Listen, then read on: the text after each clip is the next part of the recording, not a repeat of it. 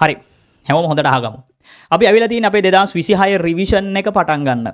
මේ රිවිෂන් එක සම්පූර්ණයෙන්ම වෙනස් රිවිෂන් එකක්. මේ සැරේ රිවිෂන් එක තනිකරම දුවන්නේ පේපර්ස් වලින්මයි. තනිකරම පේපර්ස් වලින් තමයි අපි රිවිෂන් එක අදින්නේ. එතකොට 2026 රිවිෂන් එකේදී මේ පාර ෆස්ට් ෂයි ලියපු ළමයි දැන් ඒගොල්ලෝ සෙකන්ඩ් ෂයි ලියනවා. එයාලට මූණ දෙන්න වෙච්ච ගැටලු ටික අපි පැහැදිලිවම අඳුනගෙන තියෙන්නේ. ඒ හැම එයාට තිබ්බ ප්‍රශ්නයකටම අපි විසඳුමක් අපේ පැත්තෙන් ලෑස්ති කරලා ඉවරයි. රිවිෂන් එකේදී අපි තනිකරම ලියන්නේ මේ සැරේ ළමයින්ට ප්‍රශ්නයක් වෙච්ච අලුත් පේපර් ආකෘතියට අලුතෙන් වෙනස් කරලා එවපු පේපර් ස්ට්‍රක්චර් එකට හරියන විදිය පේපර්ස් විතරයි. එතකොට අපි ෆිසිකල් ගම්පහ නාමොන්ටාන ආයතනයේ සහ ඔන්ලයින් දෙකේම අපි තනිකරම රිවිෂන් එකේදී දුවන්නේ පේපර්ස් විතරමයි. එතකොට අපි ගම්පහ නාමොන්ටාන ආයතනයේ තනිකරම බ්‍රහස්පතින්දා ජනවාරි 1 වෙනිදා පටන් ගන්නෙ බ්‍රහස්පතින්දා උදේම පටන් ගන්නෙ ෆුල් පේපර් එකකින්. පේපර් එකේ මොහොතේ ලියලා ඒ මොහොතේම ඩිස්කස් කරලා ඒ මොහොතේම ලකුණු දීලා සම්පූර්ණ තියරි ටිකත් ඒක ඇතුළේම මතක් කරලා තමයි ඒ පේපර් එක අපි සම්පූර්ණයෙන් ඉවර කරන්නේ. එතකොට සති දෙකකට ටියුට් එක ගන්න පැහැදිලිව හම්බෙනවා පේපර්ස් හම්බෙනවා. ඒ දවසේ හවස නැවත තව පේපර් එකක් ලියන්න පුළුවන් සහ ඒකට වෙනම තවත් ඩිස්කෂන් එකක් යනවා. දැන් අපි හිතමු මේ එන ළමයෙක්ට මොනවා හරි දැන් රිවිෂන් එකට සම්බන්ධ වෙන ළමයෙක්ට අපි හිතමු එයාට තියරි පාර්ට් එක නැහැ කියලා. එයාට තියරි පාර්ට් එක නැහැ. තියරි පාර්ට් එක නැත්තම් එයාට අපි තියරි ටික ෆ්‍රී දෙනවා. අපේ වෙනම ක්ලාස් එකක් තියෙනවා ඒකේ තියරි ටික ෆ්‍රී දෙනවා. අපි මූලිකවම ටාගට් කරන්නේ පේපර් එක. පේපර් එකටම මහන්සි වෙලා අපි පේපර් එකම ફોකස් කරගෙනයි මේ සැරේ වැඩ කරන්නේ. එතකොට ඒකෙදි කාට හරි ළමෙක්ට තියරි මගේ ඇරලා තියෙනවා නම් එයාට පුළුවන් අපේ තියරි වලට වෙනම ෆ්‍රී ක්ලාස් එකක් අපි කරනවා. ඒකට ඇවිල්ලා තියරි ටික සම්පූර්ණයෙන් කවර් කරගන්න පුළුවන්. ඊළඟට දැන් අපි අඳුනගත්ත ප්‍රශ්න. ඊළඟ එක තමයි ළමයින්ට තියෙන ප්‍රශ්නේ ටයිමින්. ඒ කියන්නේ નિયમિત වේලාව ඇතුළේදී ප්‍රශ්නේ ලියා ගන්න බෑ. ඒකට අපි වෙනම ගේනවා ෆාස්ට් ට්‍රැක් එකක්. ඒකෙදි වෙන්නේ සම්පූර්ණයෙන්ම නිශ්චිත වේලාව තුල ලියන්න පුරුදු කරන එක. ඒක ටයිමින්ග්ම තමයි. ඔයාගේ ස්පීඩ් එක ඉම්ප්‍රූව් කරන්න තමයි අපි ඒක තනිකරම ප්ලෑන් කරලා තියෙන්නේ. ඒක YouTube එක හරහා යනවා. ඊට පස්සේ ඒකට වෙන අමතර පේපර් සීරීස් එකක් යනවා. එතකොට ඒක කරන්න පුළුවන්. ඊළඟට තව එකක්. අපි හිතමු තව ළමයෙක් ඉන්නවා. ඒ ළමයාට තියෙන්නේ දැන් පේපර් එකේ මුලින්ම දෙන කෙටි ප්‍රශ්නය. කෙටි ප්‍රශ්න පේපර් එක. ඒකෙදි ගැටලුවක් ඇවිල්ලා තියෙනවා මේ සැරේ ළමයින්ට. මොකද පළවෙනි පත්‍රය පොඩ්ඩක් හිර කරා. ඒකෙන් ඒකේ බලපෑම ආව සෙකන්ඩ් පේපර් එකට. මේ සැරේ අපි කෙටි ප්‍රශ්න පේපර්ස් 200ක් PO math 100ක් applied math 100ක් විදිහට වෙන වෙනම හදලා තියෙනවා. එතකොට මේක තනිකරම ෆ්‍රී දෙන වැඩක් ළමයින්ට. තනිකරම කෙටි ප්‍රශ්න පේපර්ස් 200ක් මේ සැරේ ලියවලා යවනවා එක්සෑම් එකට කලින්. එතකොට තව මාස 7යි තියෙන්නේ. ඒ මාස 7 ඇතුළත අපි සෑහෙන ලොකු වැඩ ටිකක් ප්ලෑන් කරලා තියෙනවා. ඊළඟ වැඩේ දැන් අපි මොනවද කරේ?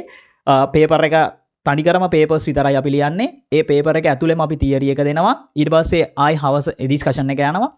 ඒක හවස ආයි තව පේපර් එකක් ලියනවා. ඊට පස්සේ ඒකේ ඩිස්කෂන් එකක් යනවා. ඊට පස්සේ ඒ එන ළමයින්ට තියරි මිස් වෙලා නම් තියරි එක අපි තව ෆ්‍රී ක්ලාස් එකක් දාලා ඒක කරනවා.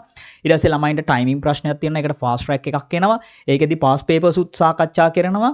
ඒ සේරම සාකච්ඡා කරලා තව වැඩිපුර ප්‍රශ්න ළමයින්ට දෙනවා කරන්න කියලා. ඊට පස්සේ කෙටි ප්‍රශ්න පේපර් අවුල් ළමයින්ට අපි කෙටි ප්‍රශ්න පේපර් 200ක් වෙනම ලෑස්ති කරලා තියෙනවා. තව පේපර්ස් 150ක් තියෙනවා පාඩම් 4 ගානේ වෙන් කරපු. එතකොට තව ළමයි කොටාසයක් ඉන්නවා. ඒ ළමයි කොටාසේ එයාලට තියෙන ගැටලුව තමයි පාඩම් විදිහට ප්‍රශ්න කරන එක. ඒ කියන්නේ එක සැරේ ඔක්කොම නෙමේ යම් කෙටි පේපර්ස් ලියන විදිහට. ඒ කියන්නේ දවසකට පැයක් අරගෙන පාඩම් 4ක් මතක් කරගන්න. දවසකට පැයයි පාඩම් 4යි.